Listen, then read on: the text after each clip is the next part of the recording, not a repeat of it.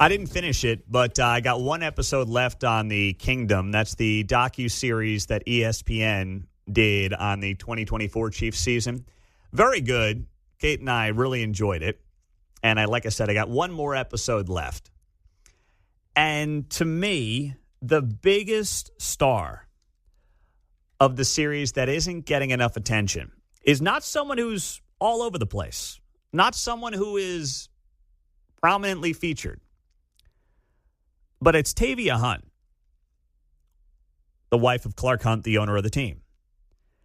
And I say that because, I think there's a lot of owners and their families and their spouses who would want a prominent feature on a docuseries like this. Their egos would almost demand it. But despite all that, Clark Hunt is mostly there and featured and highlighted to talk about his father, the history of the franchise, coming to Kansas City, a lot of the nuts and bolts and historical part of the team. He's not there to be pump his chest, look at me, I own this team, we're great, we're Super Bowl champions, look at what we've done and look at what I've accomplished. His wife is there, but Tavia's really nowhere to be found. She's not really clamoring for attention when you watch any of this. I don't think they did a single sit-down interview with her, like one of those one-on-ones. And not that I needed another reason to respect the family top to bottom, but I do even more after watching the docuseries, because when you watch a series like this, you can learn a lot from somebody based on body language, what they say, how they say it. You can get a feel for someone. Do you like them? Do you not like them? And I just come out of the series going, okay, if I needed a reason to like the Hunt family more in a way I didn't realize I needed it, I got it. Because they're not looking to be the center of attention on any of this. They weren't looking to make it about them. They were focus on the team, highlight the team, talk about what they're doing. And, yeah, we're here to be the stewards of the franchise, and obviously we play a role in all this. But everyone seems to know their lane. That's the other thing I got out of this.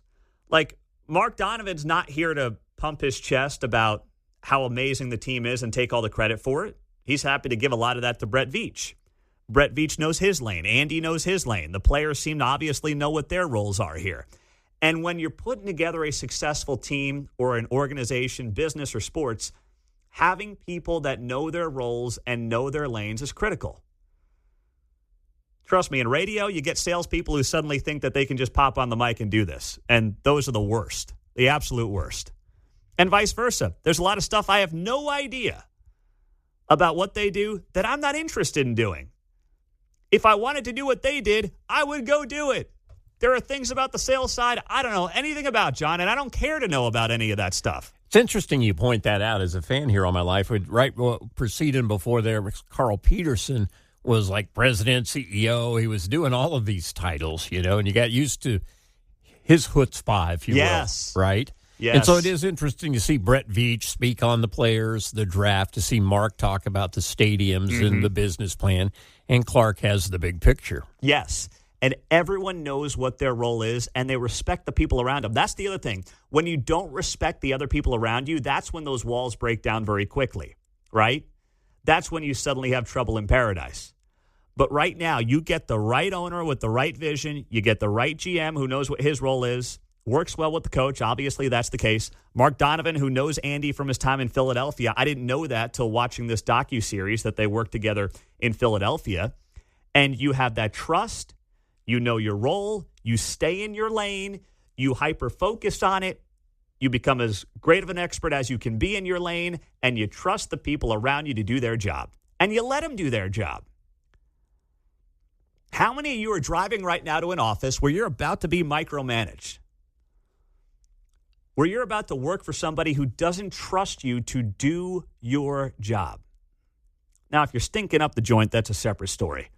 But if you're halfway competent, and if you know what you're doing, then you should be left to your own devices.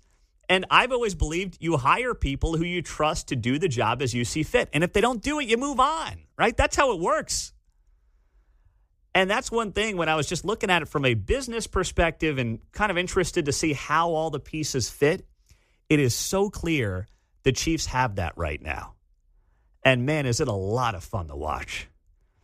Have you guys finished the series? Mark, I think you finished it, right? Yeah, first weekend, yep. First weekend. Binged it. You binged it. Probably up till 4 a.m. with the baby watching it. Oh, yeah. Oh, my gosh. You happy with it? You think it went well? Yeah, I thought it was great. I did, too. This last episode that you're going to watch soon, it gets you fired up for the season. Oh, does it? All right, I'm glad I saved it.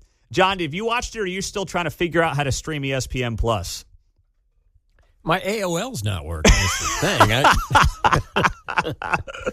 No, I get tired of watching all those things. Also, I'd rather watch the Super Bowl over and over, the ones they win anyway, all right. than these things. But I've read the books, and I feel like I know it all outside of the story for last year. But okay. I was there. So. All right. So you don't want to buy ESPN Plus. That's the moral of the story. That's okay. Yeah, That's yeah. all right. I'm not worth your Red Lobster money. That's fine.